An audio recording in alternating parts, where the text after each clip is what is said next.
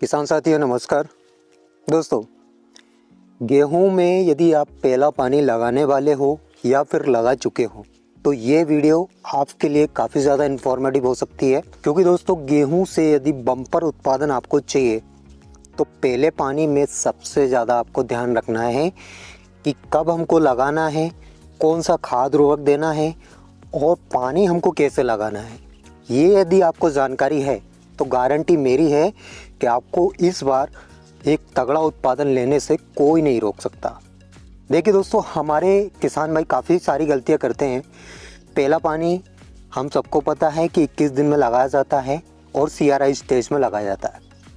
अब ये CRI stage क्या है? Crown root initiation stage.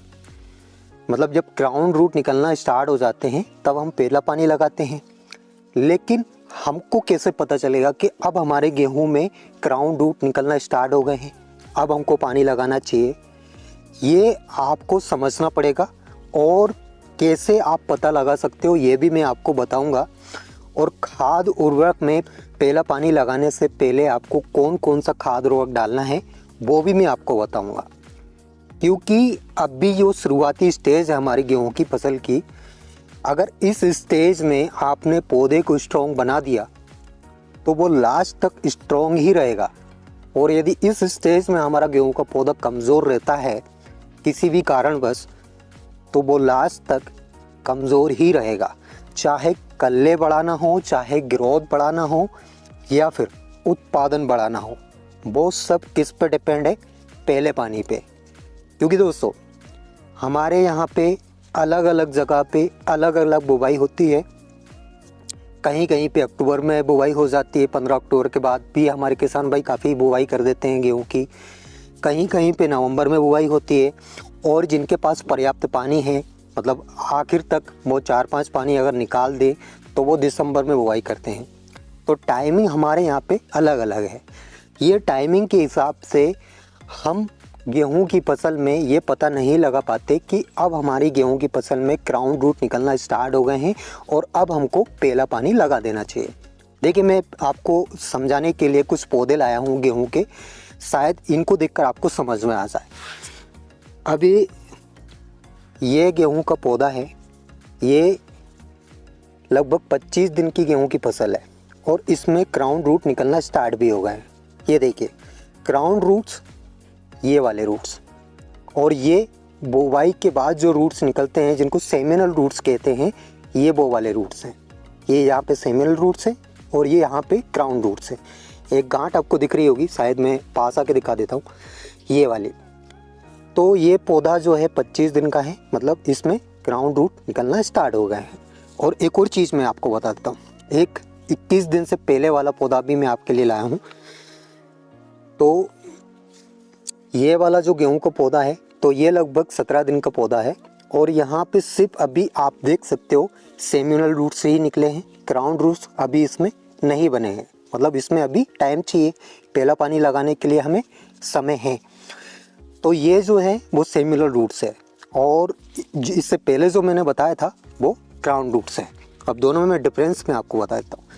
यहाँ पे आप देख सकते हो, यहाँ पे क्राउन रूट्स निकल चुके हैं और यहाँ पे सेमिनल रूट्स, दोनों में आप देख सकते हो। ये जो है गेहूं जो हमने डाला है उसके बाद जो जड़ें निकली है उसको सेमिनल रूट्स कहा जाता है और 21 दिन के बाद जो जड़ें निकली है उसको क्राउन रूट्स कहा जाता है। इसीलिए CRI स्टेज यानी पहला पानी, इसको क्राउन रूट्स इनिटेशन स्टेज कहा जाता है, जो कि 21 दिन के बाद आती है। अब देखिए दोस्तों, गेहूँ जो भी हम खाद उर्वरक दे रहे हैं वो कहाँ से लेता है? सिर्फ और सिर्फ क्राउन रूट से। मतलब क्राउन रूट्स निकलने के बाद सेमिनल रूट्स का काम खत्म हो जाता है।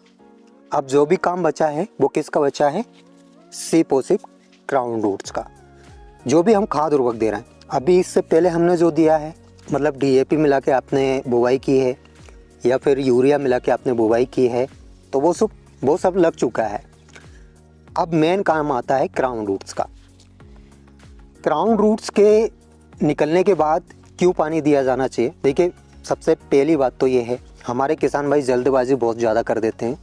कहीं कहीं पे सिर्फ 14-15 दिन की फसल हुई है और इसके बाद हमने गेहूं में पानी लगाना स्टार्ट कर दिया। अब उस कंडीशन में क्या होता है, कहीं कहीं पे गेहूँ पीला पड़ने लग जाता है और कहीं कहीं पे ये भी होता है कि गेहूँ मिट्टी में दब जाता है। तो छोटी स्टेज में है, उसकी इतनी क्षमता नहीं है, अगर वो दब जाता है तो उठने में उसको बहुत ताकत चाहिए और जितनी ताकत लगेगी पौधा जो है कमज़ोर हो जाएगा।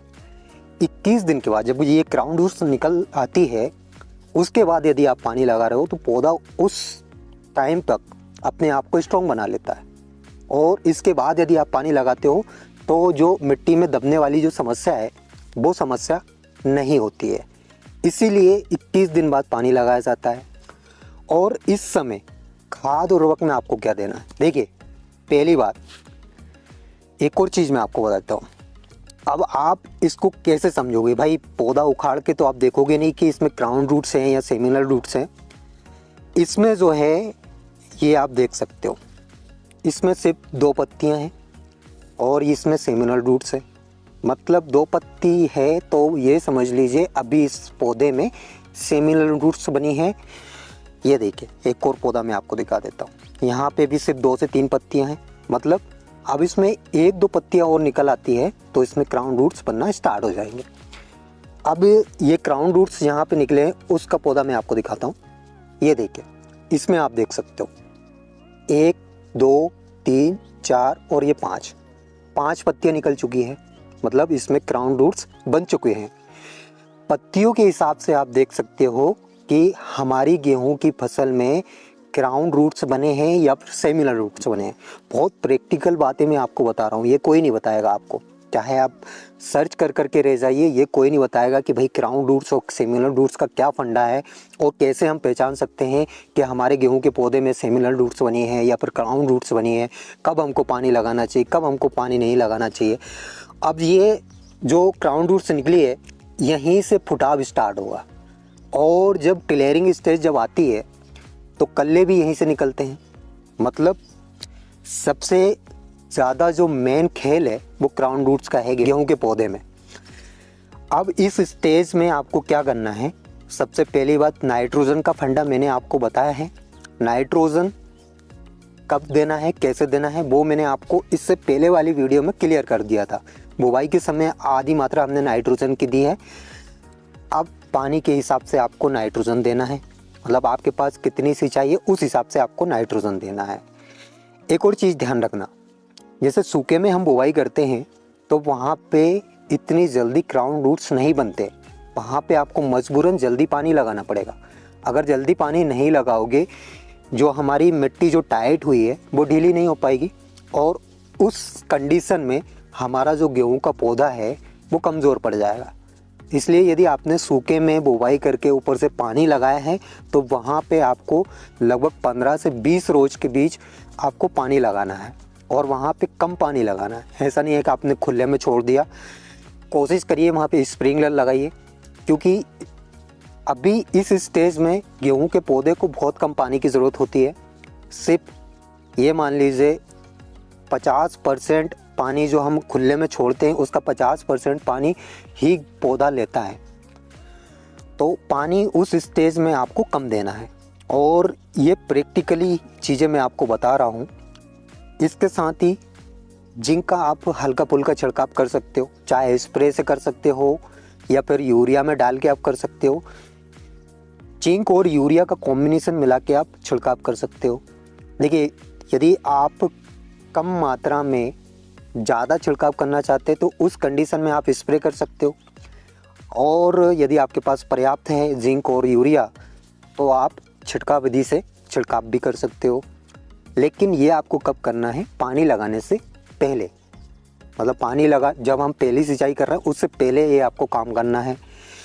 जब हमारी गेहूं की फसल में दूसरा पानी हम देते हैं, मतलब सेकंड स्टेज जिसको टिलेरिंग स्टेज कहा जाता है, ये लगभग 40 से 42 दिन में आती है। पहला पानी 21 से 22 दिन के बाद निकाला जाता है, दूसरा पानी 40 से 42 दिन के बाद निकाला जाता है, और दूसरे पानी में मतलब दूसरे पानी से पहले 30 से 40 दिन के अंदर आपको खरपतवार नाशक दवाइयों का भी छिड़काव करना है, जिसमें आप 2,4-D करते हो या फिर 2,4-D 5T जो भी आप करते हो उसका भी आपको छिड़काव करना है। यदि चौड़ी पत्ती वाले खरपतवार आपके खेत में हैं तो तभी आप छिड़काव करें। नॉर्मली यदि कम खरपतवार है तो उस कंडीशन में कोशिश करिए वो खरपतवार उखड़ा कर आप कहीं पे भी मेड़े एड़े पे डलवा दीजिए। देखिए, एक अच्छा उत्पादन लेने के लिए ये आपको सारी चीज़ें समझना पड़ेगा। अब ये हमारे नॉर्मल किसान भाइयों को पता नहीं होता है कि क्राउन रूट्स और सेमिनल रूट्स में क्या डिफरेंस होता है, कब क्राउन रूट्स निकलते हैं, कब सेमिनल रूट्स बनते हैं, कब गेहूं के पौधे में 4 पत्ती 5 पत्ती निकलती है, कब 2 पत्ती निकलती है। ये यदि आपको समझ में आ जाता है तो ये लंबे समय तक चलने वाली चीज़ें है दोस्तों। ये मैं अभी के लिए नहीं बता रहा हूँ। जब भी आप गेहूं की फसल लगाओगे तो आपको ये चीज़ें क्लियर रहेगी कि पहला पानी कब लगाना चाहिए, दूसरा पानी हमको कब लगाना चाहिए।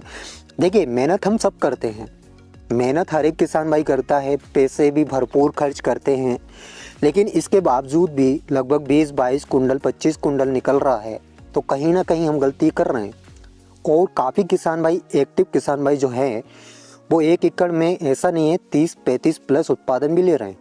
लेकिन ये सारी चीज़ें ध्यान रखते हैं वो कि देखिए, एक नॉर्मल भाषा में, सिंपल भाषा में मैं अगर आपको समझाऊं तो जब हमको भूख लगती है तब यदि हम खाना खाते हैं तो वहाँ पे हम 1-2 रोटी ज़्यादा खा जाते हैं। वहाँ पे हमको एनर्जी भी अच्छी मिल जाती है, काम करने की इच्छा बढ़ने लगती है और ज़्यादा से ज़्यादा हम काम करते हैं और शरीर भी हमारा हष्ट पुष्ट रहता है। सेम जब हमको प्यास लगती है तब यदि हम पानी पीते हैं तो वहाँ पे हम ज़्यादा पानी पी जाते हैं। अगर इसके विपरीत हम देखें, भूख नहीं लग रही है इसके बावजूद भी हम खाना खा रहे हैं तो वहाँ पे 1 रोटी हमसे कम खिलती है। उसका कारण क्या है? हमारे शरीर में अभी जो पहले का भोजन है उसका पाचन नहीं हुआ है, फिर भी हम ठूसे जा रहे हैं तो उसका कोई मतलब नहीं है। 1-2 रोटी खाएंगे, 3 रोटी खाएंगे, 4 रोटी खाएंगे, इसके बाद पेट भर गया और वहाँ पे हमको आलस आने लगता है, काम करने की इच्छा कम होने लगती है। तो सेम हमारी फसलों का है, जब ज़रूरत हो तब यदि हम पानी दे रहे हैं तो वहाँ पे पौधा सब कुछ ग्रहण कर लेगा। पानी यदि हम दे रहे हैं पानी ग्रहण कर लेगा। यदि उसको किसी भी पोषक तत्व की कमी है, माइक्रो मैक्रो न्यूट्रिएंट्स की कमी है, उस समय यदि हम माइक्रो मैक्रो न्यूट्रिएंट्स में जो भी तत्व कम लग रहा है वो हम दे रहे हैं तो वहाँ पे उसकी एक्टिविटी और एनर्जी बढ़ जाती है। प्रकाश संश्लेषण क्रिया अच्छे से होने लगती है। प्रकाश संश्लेषण में फास्फोरस का सबसे ज़्यादा महत्व रहता है और सबसे ज़्यादा योगदान भी रहता है प्रकाश संश्लेषण में। इसके साथ ही फास्फोरस का पौधे को स्ट्रॉन्ग बनाने में भी सबसे ज़्यादा योगदान है। और पोटास का क्या योगदान है, वो सारी चीज़ें मैंने क्लियर आपको बताई है और बहुत सिंपल भाषा में आपको समझाया है कि भाई नाइट्रोजन का क्या काम है, पोटास का क्या काम है, फास्फोरस का क्या काम है, जिंक का क्या काम है। नाइट्रोजन और जिंक दोनों मिलकर क्या काम करते हैं, फास्फोरस और पोटास दोनों आपस में मिलकर क्या काम करते हैं और तीनों का यदि हम कॉम्बिनेशन दे रहे हैं तो उसमें हमको क्या फ़ायदा हो सकता है। ये सारी चीज़ें मैंने आपको बहुत सिंपली भाषा में समझाई है इससे पहले वाली वीडियो में। तो यदि आपने नहीं देखी हो तो चैनल पे जाके आप देख सकते हो। और दोस्तों, इन चीज़ों का यदि आप ध्यान रखते हो तो गारंटी मेरी है आपको इस बार बम्पर उत्पादन में दिलाकर ही रहूँगा, चाहे कंडीशन कैसी भी हो। लेकिन आपको जो मैं बता रहा हूँ वो आपको करना पड़ेगा। और इसके लिए सबसे पहला काम तो ये है कि आपने अभी तक चैनल को सब्सक्राइब नहीं किया तो पहला काम चैनल को सब्सक्राइब कर लो, तभी वीडियो की नोटिफिकेशन मिलेगी, तभी आपके पास जानकारी पहुंच पाएगी। इसलिए जो भी किसान भाई नए आए हैं चैनल को सब्सक्राइब करना बिल्कुल ना भूलें। तो आई होप दोस्तों आपको मेरे द्वारा दी गई जानकारी समझ आई होगी और वीडियो भी पसंद आई होगी। वीडियो अगर अच्छी लगी हो तो एक लाइक, और जो किसान भाई चैनल पे पहली बार आए सब्सक्राइब करना बिल्कुल ना भूलें। तो आज के लिए इतना ही काफ़ी है, मिलते हैं नेक्स्ट वीडियो में नेक्स्ट टॉपिक के साथ। तब तक के लिए tata bye bye, take care, जय राम जी की।